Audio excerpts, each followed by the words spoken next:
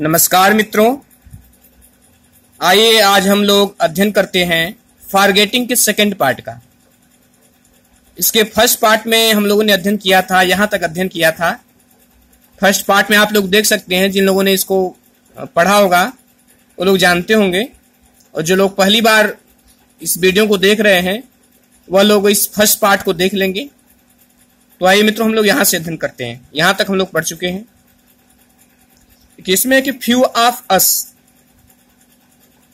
Writer कह रहा है कि फ्यू ऑफ अस, हम में से कुछ लोग, however have lost much property on our travels means यात्रा। तो कहता है कि फ्यू ऑफ अस, हम में से कुछ लोग, have lost much property, अपनी अधिकांश प्रॉपर्टी खो देते हैं, संपत्ति खो देते हैं, on our travels, अपनी यात्रा के दौरान, through forgetfulness, भूलने के कारण। हम में से अधिकांश लोग अपनी यात्रा के दौरान भूलने के कारण अपनी अधिकांश संपत्ति खो देते हैं। द ऑर्डिनरी मैन, एक साधारण व्यक्ति, arrives at his destination. Destination का मतलब होता है गंतव्य स्थान, जहां पर जाना होता है व्यक्ति को, वह स्थान। कह रहा है कि एक साधारण व्यक्ति अराइव्स, पहुंच जाता है, एट हिज डेस्टिनेशन, अपने गंतव्य स्थान पर, with all his bags and Trunks. Bags and Trunks मतलब सारे सामान के, with all his bags and Trunks मतलब सारे सामान के साथ। एक साधारण व्यक्ति अपने गंतव्य स्थान पर अपने सारे सामान के साथ, सारे सामान और वस्तुओं के साथ वो पहुंच जाता है, सेफ, सुरक्षित रूप से। द लिस्ट ऑफ आर्टिकल्स, कह कि वस्तुओं की सूची, लॉस्ट इन ट्रेन्स, ट्रेन में खोई हुई, मतलब ट्रेन में खोई हुई वस्तुओं की सूची, ड्यूरिंग द ईयर, पूरे वर्ष के दौरान। एक वर्ष में खोई हुई वस्तुओं की सूची, ट्रेन में खोई हुई वस्तुओं की सूची सजेस्ट, यह बताती है कि it is the young rather than the adult, यहां तुलना किया है। कह रहा है कि यंग लोग, युवा लोग, रेदर देन द एडल्ट, वयस्कों की अपेक्षा, हु फॉरगेट थिंग, वस्तुओं को भूलते हैं।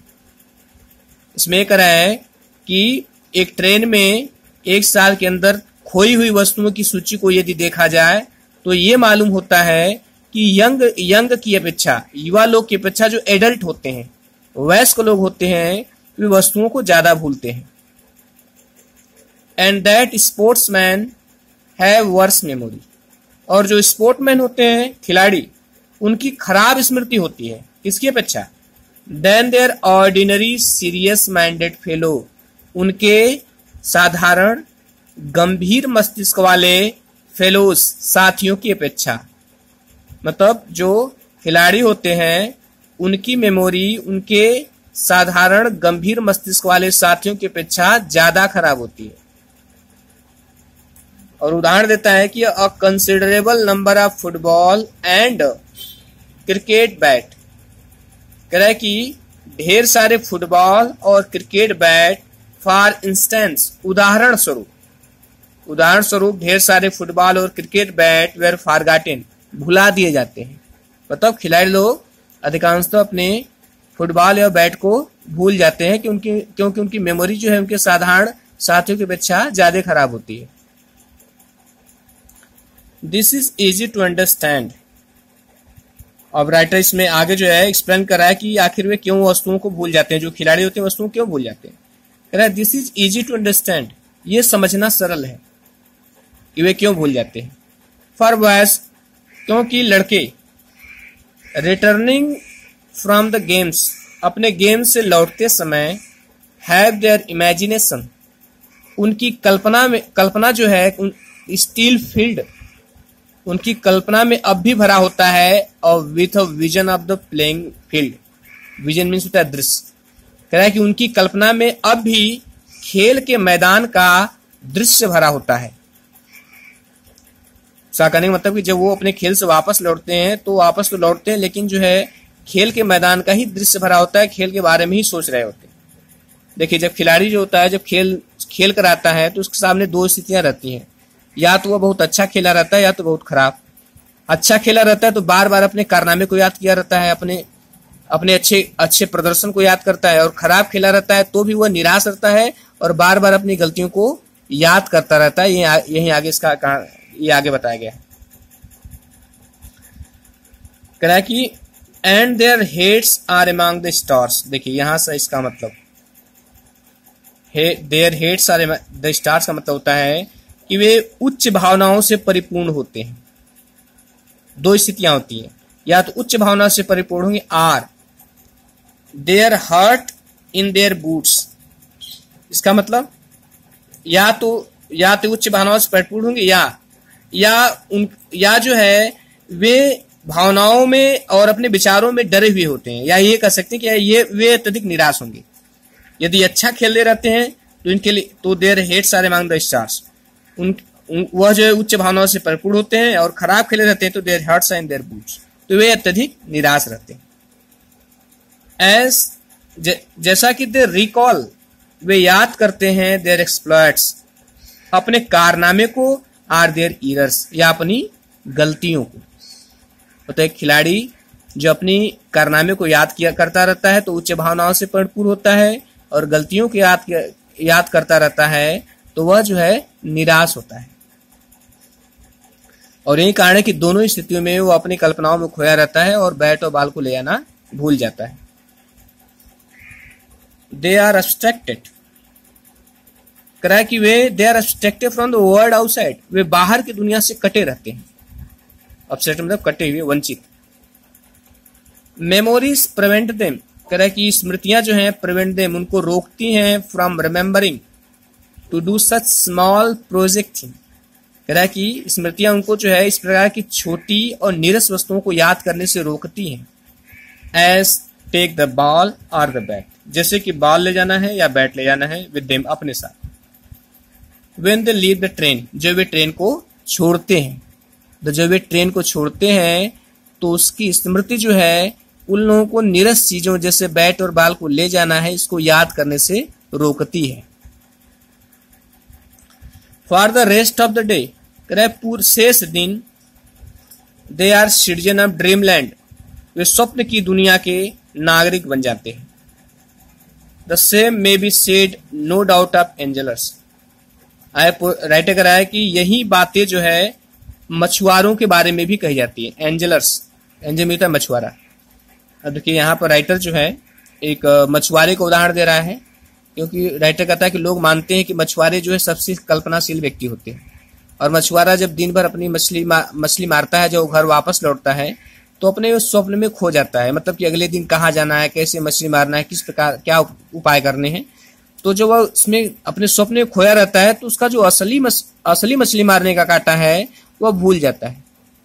जब वह अपने स्वप्न में नकली मछली मारने के कांटे द्वारा जब उसके बारे में, कारनामे के बारे में सोच रहा होता है तो उसका असली मछली मारने का कांटा भूल जाता है। देखिए तो राइटर कह रहा है कि the same may be said no doubt of anglers, कह रहा है कि यही बातें, सेम बातें जो हैं निश्चित ही मछुआरों के बारे में कही जाती हैं। Who forget their fishing rod, जो अपना मछली मारने का कांटा भूल जाता है। एंजलर्स आर जनरली सेड, मछुआरों को सामान्यतः कहा जाता है, आई डू नॉट नो, मैं नहीं जानता कि विथ व्हाट जस्टिफिकेशन, किस औचित्य के आधार पर इनको कहा जाता है। क्या कहा जाता है? To be the most imaginative of man, सबसे कल्पनाशील व्यक्ति। राइटर कह रहा है मछुआरों को सबसे कल्पनाशील व्यक्ति कहा जाता है, लेकिन मैं नहीं जानता कि किस औचित्य के आधार पर लोग कहते हैं। एंड द मैन, और वह व्यक्ति हु इज इन्वेंटिंग, जो आविष्कार कर रहा होता है, मैग्निफिसेंट लाइस, शानदार तरीकों का, ऑन द जर्नी, अपनी यात्रा पर, टू होम मतलब घर जाते समय अपनी यात्रा पर, और शानदार तरीकों को का आविष्कार कर रहा होता है ऐसा व्यक्ति। आफ्टर द डेज फिशिंग, दिन भर मछली मारने के बाद ऐसा व्यक्ति जो है इज बाउंड, वह बाध्य हो जाता है, to be a little absent minded in his behaviour, अपने व्यवहार में थोड़ा भुलक्कड़पन होने के लिए। राइटर कह रहा है कि एक व्यक्ति दिन भर मछली मारने के बाद जब घर वापस लौटता है तो अपनी यात्रा में जाते समय वह जो है अपनी कल्पना में शानदार तरीकों का आविष्कार कर रहा होता है, तो ऐसा व्यक्ति व्यवहार में थोड़ा भूलने के लिए बाध्य हो जाता है। The fishing rod of reality, वास्तविकता का जो फिशिंग रॉड है, मछली मारने का जो वास्तविक कांटा है, इस फॉरगॉटन बाय हिम, उसके द्वारा भुला दिया जाता है। एज ही डे ड्रीम्स, जब वह स्वप्न देखता है। Over the feats of the fishing rod of utopia, feats means होता है कारनामा, और यूटोपिया का यहाँ मतलब एक कल्पनात्मक स्थिति मान सकते हैं। चूंकि यूटोपिया जो है एक पुस्तक का नाम है, सर थॉमस मोर ने इसको लिखा है, और इस किताब में एक द्वीप पर स्थित ऐसी आदर्श सामाजिक और राजनीतिक व्यवस्था के बारे में लिखा गया है कि जो कि वास्तव व्यवहार में होना संभव नहीं है, इसलिए यहाँ पर राइटर ने यूटोपिया का प्रयोग किया है। फिर से बता दूं इस लाइन को कि the fishing rod of reality is forgotten by him, मछली मारने का वास्तविक कांटा उसके द्वारा भुला दिया जाता है। एज ही डे ड्रीम्स, जब वो स्वप्न देखता है। Over the feats of the fishing rod of utopia, कह रहा है कि अपने कल्पना के फिशिंग रॉड के कारनामे के बारे में जो वो स्वप्न देख रहा होता है, मतलब जो अपनी कल्पना का जो मछली मारने कांटा होता है, जो उसके बारे में सोच रहा होता है, तो उसका असली मछली मारने का कांटा भूल जाता है। हिज लॉस ऑफ मेमोरी, उसकी स्मृति की हानि। इज रियली, वास्तव में अ ट्रिब्यूट, एक श्रद्धांजलि होती है to the intensity of enjoyment, उसके आनंद की गहराई के प्रति। इंटेंसिटी मतलब गहराई, या ये कह सकते हैं इंटेंसिटी ऑफ हिज एंजॉयमेंट मतलब अत्यधिक, उसके अत्यधिक आनंद के प्रति। जो उसके मेमोरी की हानि होती है, उसके आनंद के प्रति एक श्रद्धांजलि होती है। और वो आनंद कब प्राप्त करता है? In thinking about his day sport, जो अपने दिन के खेल के बारे में सोच रहा होता है। ही में फॉरगेट हिज फिशिंग रॉड, वो अपना मछली मारने का कांटा भूल जाता है। एज द पोएटिक, वैसे जैसे कि पोएट में फॉरगेट टू पोस्ट लेटर, एक लेटर को पोस्ट करना भूल जाता है। बिकॉज, क्योंकि हिज माइंड इज फिल्ड, क्योंकि उसका मस्तिष्क भरा होता है विथ मोर ग्लोरियस मैटर, अधिक शानदार मामलों से। Absent mindness of this kind, इस प्रकार का भुलक्कड़पन, सिम्स टू मी, मुझे प्रतीत होता है, ऑल बट अ वर्च्यू, केवल एक गुण ही प्रतीत होता है। इस प्रकार का भुलक्कड़पन मुझे गुण प्रतीत होता है। तो यहां पर जो है राइटर ये कर रहा है कि इस प्रकार का भूलना, इस प्रकार का, जब व्यक्ति अपने जीवन का और अधिक अच्छा उपयोग कर रहा होता है, तो वह उस समय जब चीजों को भूल जाता है, या इस प्रकार के भूलने को पोएट कहता है एक गुण होता है। द एब्सेंट माइंडेड मैन, एक भुलक्कड़ व्यक्ति, इज ऑफन ए मैन, हमेशा प्राय ऐसा व्यक्ति होता है who is making the best of life, जो जीवन का सबसे अच्छा उपयोग कर रहा होता है। एंड देयरफॉर, और इसलिए हैज नो टाइम, उसके पास समय नहीं होता टू रिमेंबर द मेडियोकर, कह रहा है कि साधारण वस्तुओं, मेडियोकर साधारण वस्तुएं, साधारण गुण वाली वस्तुएं, और उस प्रकार उसके पास जो है साधारण वस्तुओं को याद करने का समय नहीं होता। हु वुड हैव ट्रस्टेड, कौन विश्वास किया होगा, सुकरात और कालिस, कि सुकरात और कालिस टू पोस्ट ए लेटर, कौन विश्वास किया होगा कि सुकरात और कालिस एक पत्र को डाक में डालते। तो यहाँ पर इन दोनों का नाम इसलिए लिया जा रहा है क्योंकि ये सुकरात और कालिस दोनों विद्वान व्यक्ति थे, और कोई जरूरी नहीं है कि यदि इनको पत्र दिया जाता डाक में डालने के लिए तो ये डाक में डाल ही देते।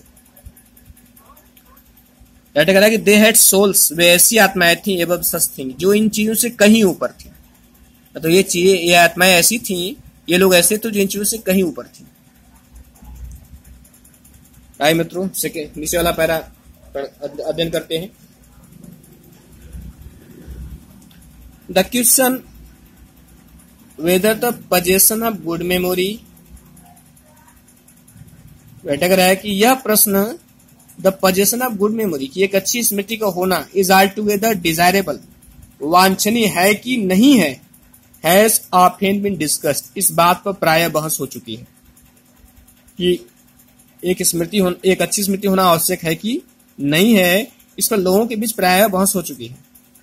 एंड मैन, और वह व्यक्ति, and man with fallible memory, और खराब स्मृति वाले व्यक्ति, हैव समटाइम्स कभी कभी tried to make out a case, उन्होंने ऐसा केस प्रदर्शित किया है या ऐसे मामले उनके देखे गए हैं फॉर देयर सुपीरियरिटी, जिनमें उन्होंने अपनी श्रेष्ठता को साबित किया है।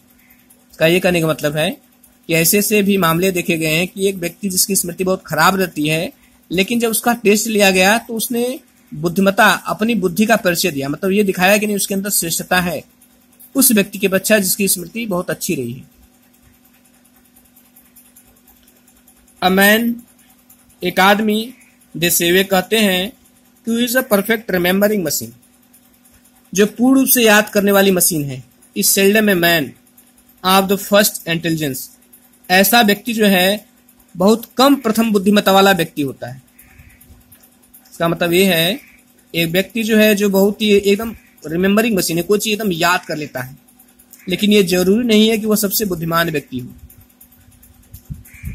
And they create various cases, यहाँ दे का मतलब वे, मतलब लोगों ने क्रिएट वेरियस केसेस, कई केसेस का उदाहरण दिया है।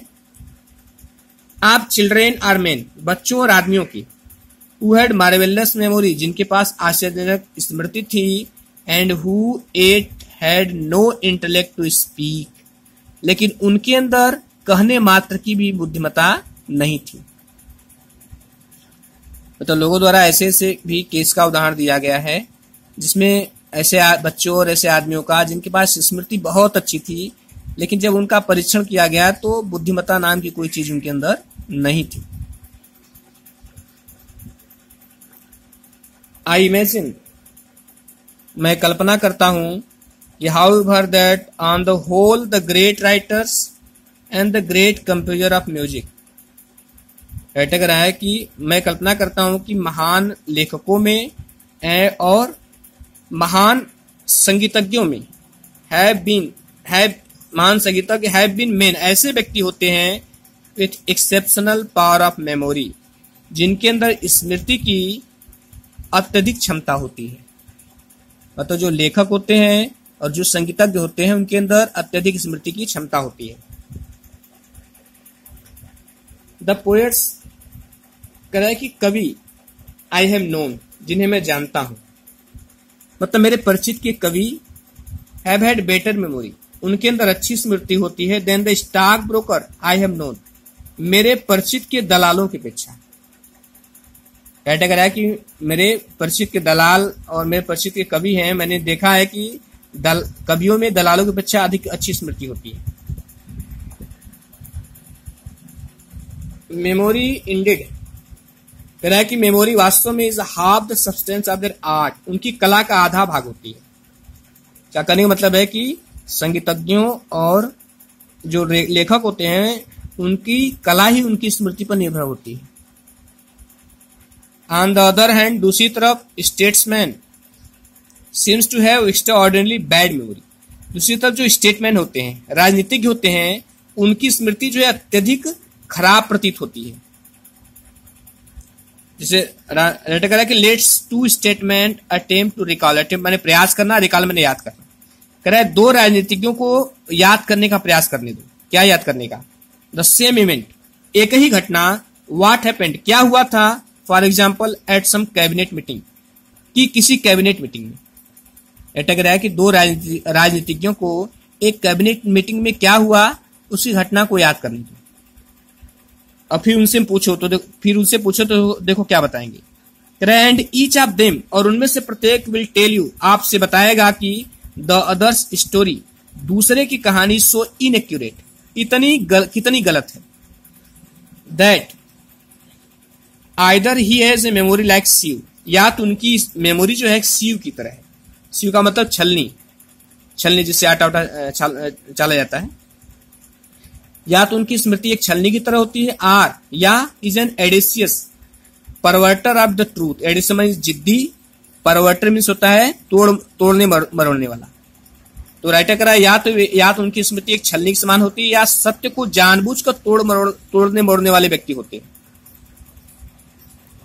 द फ्रीक्वेंसी विथ विच, कह रहा है जिस बारंबारता के साथ, द फैक्ट मैंने तथ्य, in the autobiographies, and species of statesman. कह रहा है कि जिस बारंबारता के साथ इन राजनीतिज्ञों के आत्मकथाओं में और भाषणों में जिस बारंबारता के साथ उनके तथ्यों को चैलेंज किया जाता है, चुनौती दी जाती है, सजेस्ट वह यह बताता है कि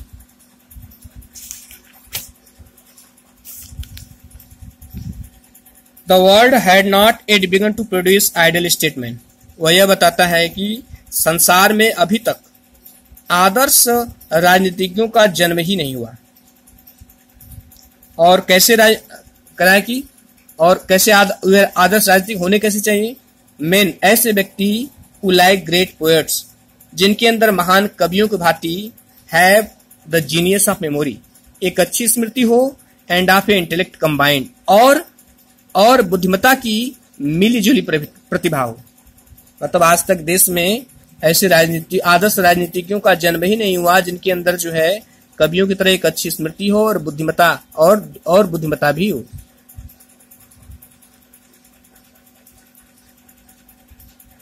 eight the same time ordinary good memory so come. अटक रहा है एक साधारण अच्छी स्मृति सो कम, इतनी सामान्य बात होती है कि वी रिगार्ड ए मैन, हम उस व्यक्ति को मानते हैं, who does not possess it, जिसके पास ये नहीं होती है, एज इसेंट्रिक, हम उसको इसेंट्रिक मानते हैं, मतलब सन की। ऐसे करा है कि एक अच्छी स्मृति इतनी कॉमन होती है कि जिसके पास नहीं होती है हम उस व्यक्ति को सन की मान लेते हैं। I have heard of a father, मैंने एक पिता के बारे में सुना है, who having offered to take the baby out in a perambulator, जो अपने बच्चे को एक पेराम्बुलेटर में ले जाने के लिए ऑफर करता है, मतलब प्रस्ताव रखता है बच्चे को पेराम्बुलेटर में घुमाने का। कह रहा है कि वह पिता जो है was tempted, ललच जाता है, by the sunny morning, धूप भरी सुबह में, टू पाज, रुकने के लिए, ऑन हिज जर्नी, अपनी यात्रा में, and sleep into a public house, और वह एक पब्लिक हाउस में घुस जाता है, for a glass of beer, एक ग्लास बियर पीने के लिए। Living the perambulator outside, living means छोड़ना, पैराम्बुलेटर को बाहर छोड़ करके, ही डिसअपियर्ड, वह गायब हो जाता है, through the door of the saloon bar, saloon bar के दरवाजे से वह गायब हो जाता है, मतलब अंदर जाता है, गिलास बियर पीता है और दूसरे दरवाजे से गायब हो जाता है। अ लिटिल लेटर, कुछ समय बाद, हिज वाइफ, उसकी पत्नी,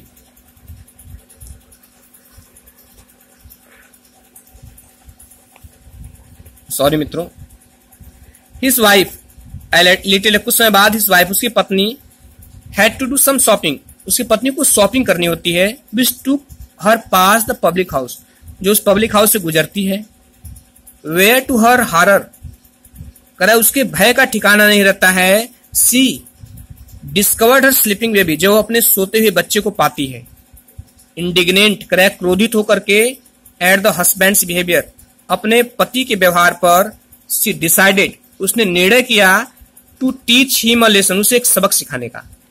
मतलब जब अपने बच्चे को बाहर सोता हुआ पाती है उस शराब घर के बाहर, तो उसे क्रोध का ठिकाना नहीं रहता और सोचती कि मैं इसको अब सबक सिखाऊंगी। सी विल्ड अवे द पैराम्बुलेटर, वह उस पैराम्बुलेटर को जो है धकेल कर ले जाती है, विल्ड अवे मींस धकेल कर ले जाना पहियों पर। पिक्चरिंग, कह रहा है कि picture to herself is terror, टेर माने डर या भय, उसके भय की कल्पना करती है, मतलब यह सोचती है कि वो आएगा तो जब बच्चे को गायब पाएगा तो कितना डर जाएगा। When he would come out, जब वह वापस आएगा, and find the baby gone, और बच्चे को गायब पाएगा, तो उसके इस डर की कल्पना करते हुए वह बेबी को पैराम्बुलेटर पर ले जाती है धकेल कर। She arrived home, वह घर पहुंचती है, एंटिसिपेटिंग, आशा करते हुए, विथ एंग्री रिलीज, क्रोधपूर्ण भावनाओं के साथ, यह आशा करते हुए कि द व्हाइट फेस, सफेद चेहरा, एंड क्वेरिंग लिप्स, और कांपते हुए होठ, दैट वुड सून अपीयर, जल्द ही उपस्थित होंगे, विद द न्यूज, इस समाचार के साथ कि the baby had been stolen, कि बच्चा चुरा लिया गया। मतलब बच्चे को यह आशा करते हुए क्रोध में भी रहती है और यह भी आशा करते हुए लेके जाती है कि जल्द ही जो है तो अपनी कांपते हुए होठों के साथ, वो अपने सफेद चेहरा लिए हुए और कांपते हुए होठों के साथ यह इस समाचार को लेकर आएगा कि नहीं, बच्चा गायब हो गया। व्हाट वाज हर वेक्सेशन, राइटर कह रहा है कि उसके क्रोध का ठिकाना न रहा। However, when just before lunch जब ठीक लंच के पहले हर हस्बैंड केम इन स्माइलिंग चीयरफुली, उसका पति जो है केम इन स्माइलिंग चीयरफुली, प्रसन्नतापूर्वक मुस्कुराते हुए आता है, एंड आस्किंग, और पूछता है कि वेल माय डियर, कहता है कि dear what is for lunch today, कह रहा है लंच में आज क्या बना है। जबकि ये सोच रही थी कि ये डरते हुए मेरे पास आएगा घबराए हुए और ये सूचना देगा कि बच्चा गायब हो गया, तब इसको समझ में आएगा। लेकिन ये जो है एकदम भूल गया था और मुस्कुराते हुए आता है, अपनी पत्नी से पूछता है कि डियर लंच में क्या बना है। कह रहा है having forgetting all about the baby, वह बच्चे के बारे में सब कुछ भूल चुका था, एंड द फैक्ट, और यह बात भी भूल चुका था, दैट की he had taken it out with him, कि वह जो है इसे अपने साथ बाहर ले गया था, यह भी भूल चुका था। How many main below the rank of A philosopher, कह रहा है कि कितने लोग हैं below the rank of A philosopher, एक दार्शनिक की श्रेणी के नीचे के कितने लोग हैं, would be the capable of such mindness as this, जिनके अंदर जो है भूलने की ऐसी इस प्रकार की क्षमता होती है। मतलब राइटर करने का मतलब है फिलासफर को सबसे जो दार्शनिक होते हैं सबसे कल्पनाशील व्यक्ति माना जाता है। तो वही कह रहा है कि दार्शनिक के नीचे के ऐसे कितने लोग हैं जिनके अंदर इस प्रकार की भूलने की क्षमता है, जैसे कि उस पिता के अंदर थी जो अपने बच्चे को भी भूल जाता है। राइटर करने का मतलब ऐसे बहुत ही कम लोग हैं। मोस्ट ऑफ अस, हमें से अधिकांश लोग, आई फियर, मुझे डर है कि यार बार जन्म लेते हैं विद प्रोलॉजिकली एफिशिएंट मेमोरी, एक कुशल मेमोरी के साथ। हम में से प्रत्येक व्यक्ति कुशल मेमोरी के साथ जन्म लेता है। If it were not so, यदि ऐसा न होता तो the institution of the family, तो परिवार नाम की संस्था, कुड नॉट सर्वाइव, जीवित न रहती, in any great modern city, किसी आधुनिक शहर में। मतलब ये लास्ट में राइटर जो है ये कहना चाहता है कि हम में से अधिकांश व्यक्ति कुशल मेमोरी के साथ जन्म लेता है, और यदि ऐसा न होता तो किसी आधुनिक शहर, किसी आधुनिक बड़े शहर में, जैसे मुंबई है, कोलकाता है, दिल्ली है, मद्रास है, तो ऐसे बड़े शहर में परिवार नाम की संस्था जीवित नहीं रहती। कोई व्यक्ति जाता, माँ को, बहन को, पत्नी को कहीं घुमाने जाता, वहीं छोड़ करके चला आता। राइटर नहीं, ऐसी बात नहीं है, सभी जो है अच्छी और कुशल मेमोरी के साथ जन्म लेते हैं। धन्यवाद मित्रों।